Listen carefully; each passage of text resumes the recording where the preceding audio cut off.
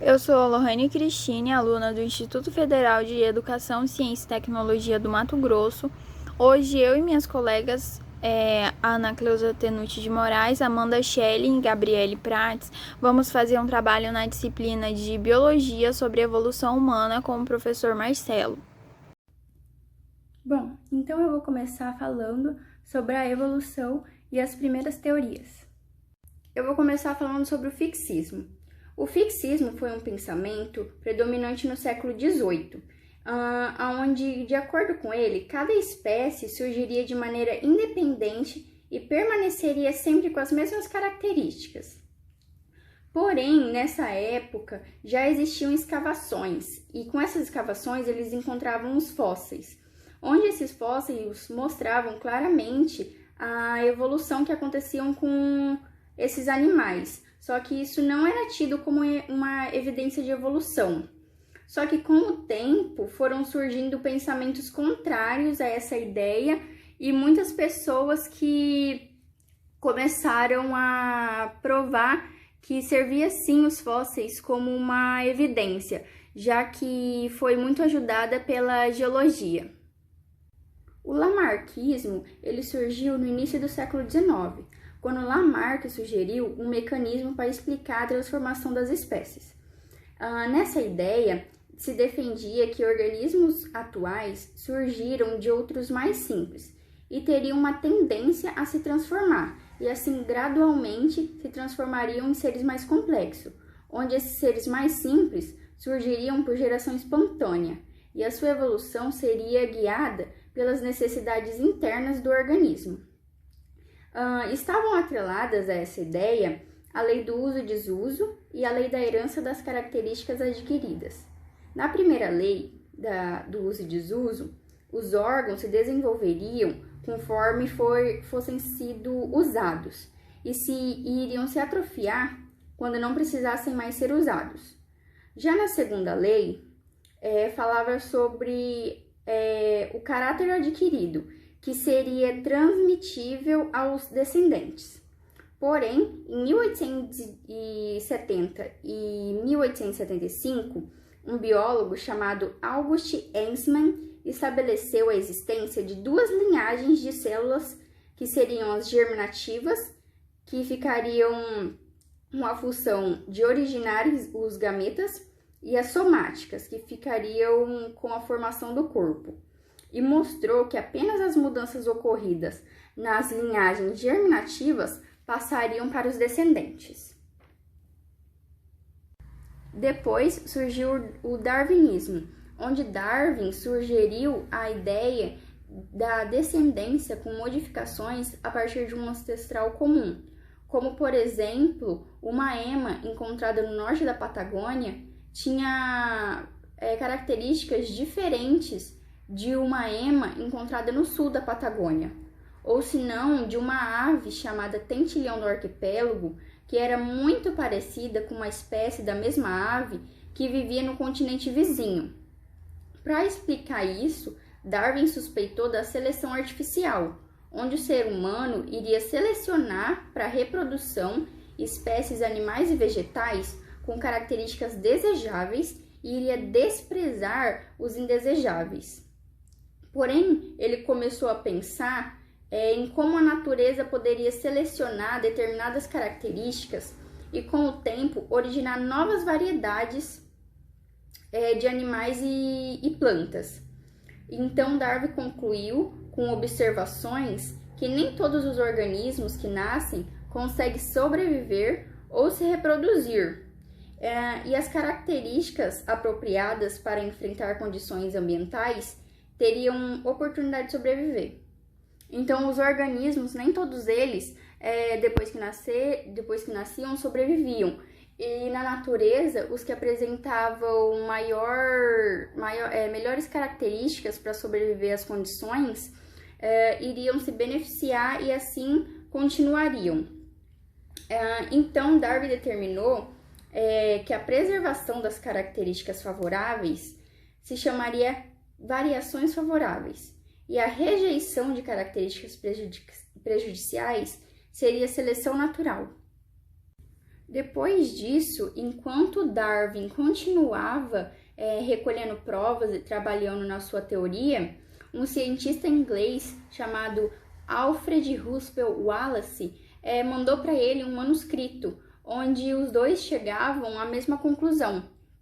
Depois disso, foram publicados outros livros, assim como o primeiro de Darwin, já que depois de sua explicação, ele não tinha publicado as suas ideias, e apenas depois que ocorreu isso. Porém, com o tempo, surgiram contradições com as ideias de Darwin e ocorreram problemas. O problema com essa ideia era a falta de uma teoria que conseguisse explicar a origem e a transmissão das variações, pois Darwin não conseguia explicar como indivíduos com novas características podiam surgir, visto que os genes, a mutação e a recombinação genética não eram reconhecidas na época. Argumentavam contra Darwin porque, de acordo com a teoria da herança misturada, aceita na época, uma nova característica, mesmo que vantajosa, tenderia a se misturar às características antigas, mas hoje sabemos que os alelos de um gene são transmitidos entre as gerações sem se misturarem. Além disso, também haviam argumentos que, através de uma ideia filosófica, as espécies são perfeitas e imutáveis. Porém, nas primeiras décadas do século XX, houve a junção entre o darwinismo, as leis de Mendel e o reconhecimento das mutações, que deram origem à teoria sintética da evolução, que é aceita consensualmente pela comunidade científica. Sobre a teoria sintética da evolução e o que ela é. Segundo Darwin, a evolução se dá por meio de uma seleção realizada aleatoriamente pelo ambiente, né? E dos indivíduos mais aptos para sobreviver em cada habitat ou em cada contexto. E foi passando o tempo, né, com a própria observação do Darwin e de outros cientistas, eles afirmaram que isso realmente é verdade, porque na natureza, os indivíduos menos aptos, eles são eliminados rapidamente. Mas além de tudo, tem uma dúvida que Darwin não conseguia explicar. É um pequeno detalhe, né? Como que as características benéficas eram transmitidas aos descendentes dos seres avaliados? O que responde essa pergunta é os experimentos de Gregor Mendes, que foram de extrema importância para preencher as lacunas que faltavam, né, na observação da seleção natural. Mendel, então, chegou à conclusão que as características vantajosas são transmitidas para tal indivíduo através da herança que contém no seu DNA. E dessa forma, outros conceitos foram muito importantes para a definição desse pensamento, né, como a variabilidade genética, a sensibilidade, a resistência, e ocorreram as mutações aleatórias, que poderiam fazer com que características ainda mais vantajosas surgissem em um determinado ser. A grande diferença entre a teoria sintética da evolução e o darwinismo é bem simples, porque é a inclusão nos conceitos modernos dos conhecimentos adquiridos no campo da genética. Um exemplo bem simples da teoria sintética é quando ocorreu infestações de piolhos na década de 1960 e os pacientes foram pulverizados com o DDT. No entanto, esse medicamento, né, ele conteve os piolhos, as pessoas levaram a vida normal por um tempo. Mas depois veio uma onda mais forte de piolho e esse medicamento já não fazia mais tanto efeito. E a pergunta é por que isso aconteceu, né? Mas tem tudo a ver com o assunto. Um ou mais piolhos eles tiveram uma mutação que ocorreu no DNA deles, né? O que fez que esses piolhos ficassem mais fortes ao uso desse pesticida. E com isso eles foram reproduzindo e passando essa característica vantajosa, né, aos demais piolhos. Então isso já mostra pra gente que o mais apto, ele vive no ambiente por mais tempo, né, porque ele criou uma resistência a esse pesticida. Esse mesmo conceito ocorre com o uso desenfreado de antibióticos, né? Que daí surge a resistência às bactérias. Então a gente tem que tomar muito cuidado para não usar muita coisa em excesso, que acaba, com o tempo, acaba criando uma resistência a mais naquilo que a gente quer eliminar. Então, de uma forma geral, essa teoria considera que as mutações, as combinações genéticas e a seleção natural são fatores que abrangem na evolução. Sendo as combinações genéticas consequência do distanciamento dos cromossomos, permutações que ocorrem durante a meiose. Então, tanto ela quanto as mutações estão relacionadas à variação genética da população. Agora eu vou fazer a apresentação de um mapa mental da evolução dos conceitos, com os conceitos básicos, para não ficar muito extenso. Mas aí a gente tem a evolução divergente, que isso acontece por causa do habitat, né? A espécie tem que se adaptar, e isso vai passando de uma ancestral por heranças que tem no DNA o seu descendente. Aí tem a evolução convergente, que é a analogia, a estrutura de uma origem, ela se diferencia, mas com a mesma função. Então, temos aqui a asa de um morcego e a asa de um inseto. Elas são de anatomias diferentes, mas tem a mesma função, né? Tem a seleção natural, que é o processo qual um indivíduo mais apto é o que sobrevive por mais tempo, né? E as mutações, que estão relacionadas aos nucleotídeos, né, presentes no material genético de os indivíduos. E como eu citei no vídeo anterior, né, mais para o meio do vídeo, ela ocorre uma mutação nas características vantajosas do indivíduo, onde ele pode se tornar mais apto, tem novas características no seu corpo. E isso entra mais uma vez no caso da seleção natural, que isso acontece, então ele se torna mais apto e vive por mais tempo no ambiente. Aqui tem a mutação da mosca da fruta.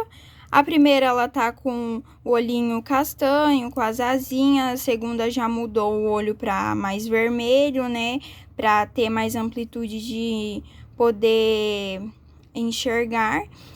E a terceira, ela já ocorreu a mutação para mosca sem asas, seus olhos aumentaram. Meu nome é Gabriele e eu vou falar sobre teoria sintética, genética das populações e formações de novas espécies. Evolução em uma escala menor é definido como uma mudança de frequência de variantes genéticos, alelos, em uma população através das gerações. O campo da biologia que estuda frequências alélicas em populações e como elas mudam através dos tempos é chamada de genética da população. O equilíbrio de Hadj-Vargas seria algo hipotético que aconteceria com uma população e que eu, analisando apenas um gene para essa população, um gene relacionado a uma característica nessa população, ele tem que preencher determinados requisitos. Quais são esses requisitos para eu dizer que a população encontra-se em equilíbrio de Hadj-Vargas? Primeiro, essa população ela tem que ser uma população numerosa com bastante indivíduos e além dela ser numerosa, ela tem que ter cruzamentos aleatórios. Esses indivíduos têm que cruzar com um bando. O que significa? Cruzamentos aleatórios. Significa que eu não tenho muito cruzamentos endogâmicos, ou seja, entre indivíduos da mesma família. Eu tenho essas coisas mais livres, liberada entre os indivíduos daquela população. O que não pode ocorrer nela são os efeitos migratórios. Então, sem efeitos migratórios. O que significa? Não pode estar chegando gente e nem saindo gente dessa população. Ele tem que ser a população estável, porque quando saem indivíduos, vai aumentar a minha frequência e é sobre isso que se trata o equilíbrio de Hadj-Vargas. Outra característica, para que nesses alelos, para que a frequência do alelo se mantenha em equilíbrio, eles não podem estar sofrendo mutações entre eles. Meu gene que eu estou analisando naquela espécie, ele não pode estar sofrendo pressão de mutação. E o mais importante de tudo, sem efeito de seleção natural. Não pode ocorrer seleção natural nessa população, porque seleção natural diminui a variabilidade genética. A frequência de alelos dominantes mais alelos recessivos, ela tem que ser igual a 100. Ou 1. Se estivermos tratando de números de frequência, o que isso aqui significa? O que a gente pode chamar os meus alelos dominantes de P e os alelos recessivos de Q. E isso tem que ser igual a 1. Isso se chama frequência alélica. Para chegar em frequência genotípica,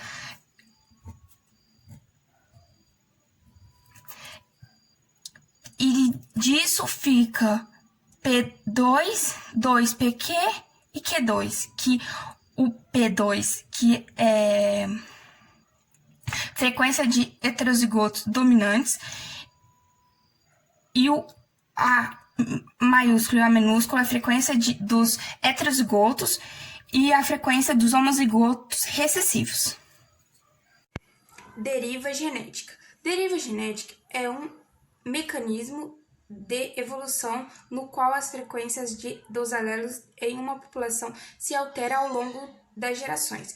Devido ao acaso erro da amostragem, a deriva genética ocorre em todas as populações de tamanho não infinito, mas seus efeitos são mais fortes em populações pequenas. Formação de novas espécies. Novas espécies surgem através de um processo chamado especiação.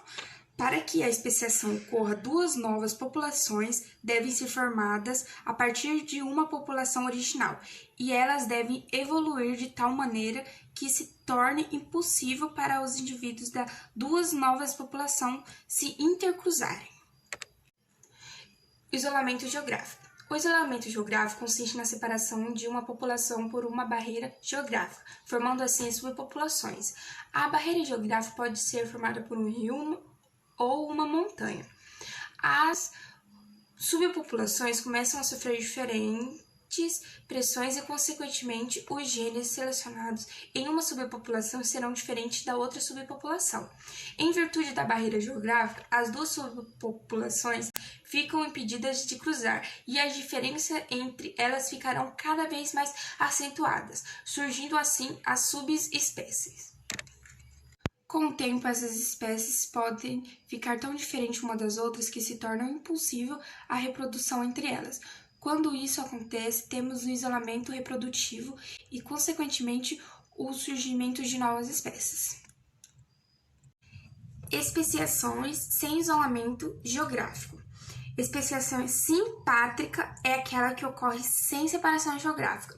Nesse caso, duas populações da mesma espécie que vivem na mesma área, mas não ocorre cruzamento entre as populações. Olá, eu sou a Ana Cleusa e eu vou falar sobre a evolução humana. Bom, os seres humanos que conhecemos hoje em dia passou por muitas mudanças através da história, né? E de acordo com os estudos científicos, os primeiros humanos a surgirem na Terra, os primeiros ancestrais, né, do ser humano que conhecemos, surgiram na Terra aproximadamente 4 milhões de anos atrás. A evolução humana ela é um processo de mudança e desenvolvimento, pelo qual os seres humanos emergiram como uma espécie distinta.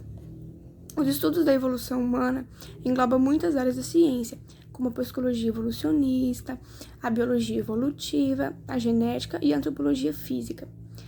O termo humano, no contexto da evolução humana, refere-se ao gênero Homo, mas os estudos da evolução humana usualmente incluem outros hominídeos, como os Australopithecus. Bom, gente, agora eu vou falar um pouco sobre esse mapa mental que eu fiz, tá? Sobre a evolução humana. Bom, tudo começa lá nos Australopithecus. Bom, acredita-se que o gênero Australopithecus afarensis, no qual pertenceu Lucy, possuía braços longos e pernas curtas, né? Era parecido com macacos. Caminhavam ereto ou semi-ereto e escalava árvores em busca de alimento e vivia em savanas. Os Homo habilis, termo que significa homem habilidoso, eram capazes de confeccionar e utilizar diversas ferramentas. Tinham aproximadamente 127 centímetros de altura, que é a mesma coisa que 1,27 m, e 45 quilos. As fêmeas eram menores do que os machos. Então, gente, eles eram bem pequenos, né? Eles eram bem diferentes. Hoje em dia, o ser humano aí tem quase 2 metros de altura, né? Bom, os Homo erectus, eles medem entre 1,30 m, 1,70 m, e pesavam cerca de 70 quilos. É bem diferente, gente. 45 quilos para 70 quilos é bastante, viu? Seu volume craniano era entre 750 e 1.250 centímetros cúbicos. Suas ferramentas eram mais elaboradas. Bom, agora os homens neandertalenses. Os neandertalens tinham a parte do meio do rosto protuberante, né? Os ossos da face angulares e um nariz enorme, que proporcionava a umidificação e aquecimento do ar frio e seco. Seus corpos eram mais baixos e atarracados que o do homem moderno, né? Seus cérebros eram muitas vezes, os cérebros deles, gente, eram muito maior que o nosso, tá? E os Homo sapiens. Bom, essa é uma expressão latina que significa homem sábio ou homem que sabe. A principal característica do homem sapiens é a capacidade de pensar e racionar, qualidade única entre os seres dessa espécie, tá? O Homo sapiens é conhecido por suas complexas estruturas sociais e sistema de comunicação. Então é isso, gente. Falei um pouco sobre a evolução humana aí.